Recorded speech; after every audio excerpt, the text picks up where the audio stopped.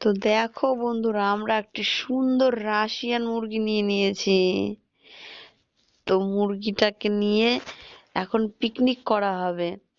তো যেহেতু মুরগিটা আমরা এখন কাটবো, আর কাটাকাটি কমপ্লিট, এবার গরম জলে হালকা করে ভিজিয়ে নিয়েছি। আর এতেই দেখো সুন্দর করে লোমগুলো উঠে যাচ্ছে, কোনো অসুবিধাই হচ্ছে না। তো মুরগির পালক ছাড়াতে খুবই মজা লাগছিল আমাদের। তো তারপরে ছোট ছোট পালকগুলোকে গ্যাসের মধ্যে খুব সুন্দর করে পুড়িয়ে নেব, যাতে খাওয়ার সময় কোনো অসুবিধা না হয়। আর আমাদের সব প্রত্যেকের পছন্দ পোল্ট্রি মুরগি, যেহেতু এর মাংসটা খুবই নরম হয়, সেই জন্য আমরা খেতে খুবই পছন্দ করি। তো গ্যাসের মধ্যে ভালো করে এটাকে উল্টে পাল্টে পুড়িয়ে নেব, যাতে একটি না লোমও থাকে। এবার দেখো কেটে নেব।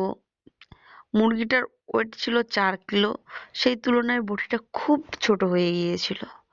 তো যাই হোক না কেন, তবু আমরা ছোট্ট বটি দিয়ে মাংসটাকে খুব সুন্দর করে কেটে নেব। এরপরে দেখো ঠ্যাংগুলো কেমন করে কাটা হচ্ছে। এখন চিন্তা ভাবনা করছি কি করে কাটবো, এদিক থেকে কাটবো না ওদিক থেকে কাটবো। তো যাই হোক, বটিটাকে আমি ভালো করে ধরে নিলাম। আর একজন দেখো কাটছে। যেহেতু আমাদের দুজনের কাছে এটা প্রথম, ফার্স্ট টাইম মুরগি কাটছি,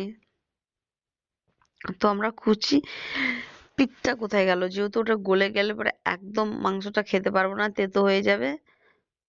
তো রক্তটা আমরা ফেলে দিলাম, যে রক্তটা মানে জমা হয়েছিল সেটা ফেলে দিলাম। তো মাংসটা এবার আমরা আরেকটু কেটে নেব।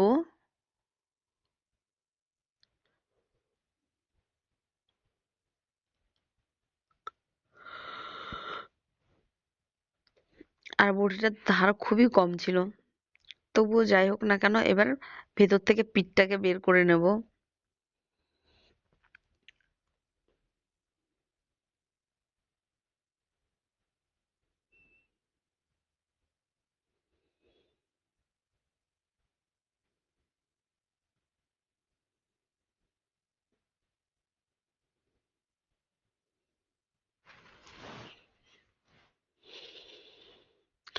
তো এদিকে আমাদের পেঁয়াজ কাটাকাটি সবকিছু কমপ্লিট, মাংস আমাদের পিস পিস করে কাটা হয়ে গেছে।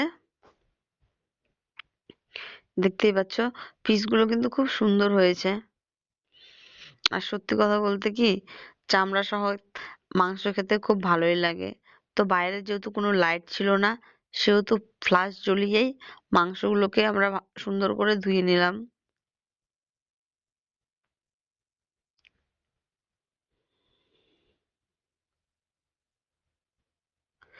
আর এইদিকে দেখো আমরা পাতিলের মধ্যে ভাত চাপিয়ে দিয়েছি, আর আমাদের মাংস একদম পরিষ্কার হয়ে গেছে। আর এইদিকে দেখো আমাদের কাটাকুটি আগে থেকে রেডি।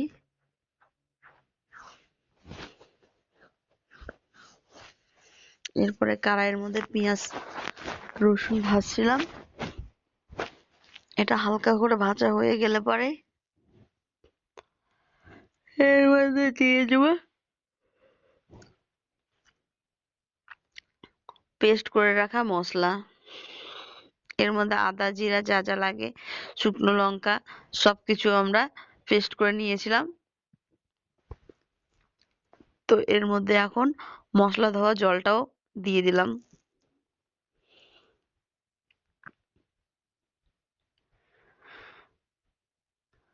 তারপরে ভালো করে এটা খুন্তি দিয়ে নেড়ে চেড়ে নেব।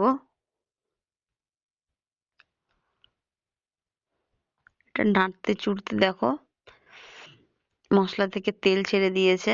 এর মধ্যে দিয়ে দেবো ধুয়ে রাখা মাংসটা।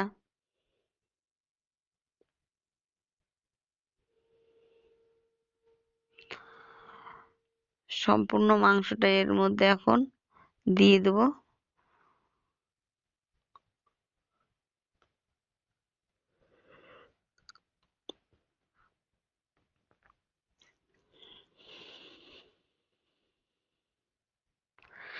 তারপরে ভালো করে নেড়ে চেড়ে